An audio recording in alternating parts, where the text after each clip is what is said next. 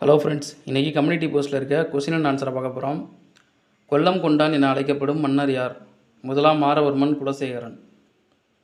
பழைய கங்கை என அழைக்கப்படும் நதி எது? கோதாவரி. அதே மாதிரி தென்கங்கை என அழைக்கப்படும் நதி எதுன்னு கேட்டாங்கன்னா காவேரி. செல்லின் நகரும் பகுதி எவ்வாறு குறிப்பிடப்படுகிறது? சைட்டோபிளாசம். செல்லின் ஆற்றல் நிலையம் எதுன்னு கேட்டாங்கன்னா மைட்டோகாண்ட்ரியா. விகார புணர்ச்சி எத்தனை வகைப்படும்? 3. தோன்றல், திரிதல், கெடுதல் போன்றன அந்த 3 ஆகும். இளைஞர்கள் எழுச்சி தினம் என்று அனுசரிக்கப்படுகிறது? அக்டோபர் 15. ஒடியா மொழி செம்மொழியாக அறிவிக்கப்பட்ட ஆண்டு எது? 2014. விண்வெளியில் நீண்ட தூரம் நடந்த பெண் யார்? சுனிதா வில்லியம்ஸ். இந்தியாவின் முதல் பெண் வன உயிரி புகைப்பட கலைஞர் யார்? ராதிகா ராமசாமி.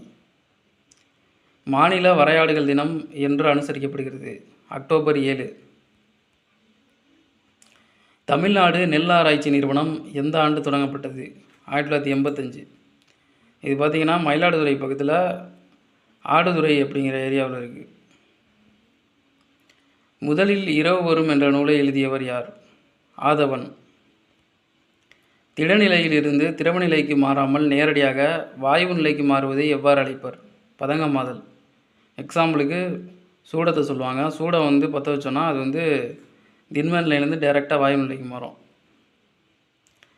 இந்தியாவின் முதல் காகித தொழிற்சாலை எங்கு அமைக்கப்பட்டது? செராம்பூர்.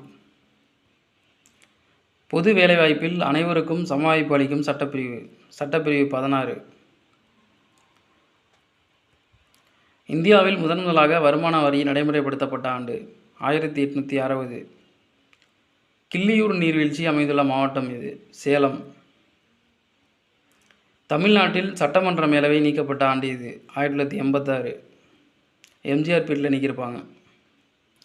தமிழ்நாட்டில் அதிக மழை பெறும் பகுதி எது? சின்னக்கல்லார். இது வால்பாறை பக்கத்தில் இருக்குது. இந்தியாவின் தேசிய நெடுஞ்சாலை ஆணையம் எந்த ஆண்டு கொண்டு வரப்பட்டது? 1995. நீங்கள் இந்த டோலெல்லாம் போனீங்கன்னா NHAன்னு எழுதியிருப்பாங்க. அது 1995 கொண்டு வந்திருக்காங்க.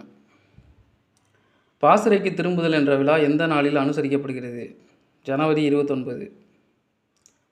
தம்மபாணி எந்த இடத்தின் பழைய பெயர்? ஸ்ரீலங்கா. நவீன இந்தியாவின் தந்தை என அழைக்கப்படுபவர் யார்? ராஜா ராம்மோகன் ராய். புவியின் ஆரம் எத்தனை கிலோமீட்டர்களை கொண்டது? 6371 கிலோமீட்டர். உலகு கிளர்ந்தென்ன உருகெழு வங்கம் என்று கப்பலை குறிப்பிடும் நூல் எது? அகநானூறு. தேங்க்யூ ஃபார் வாட்சிங் ஃப்ரெண்ட்ஸ்.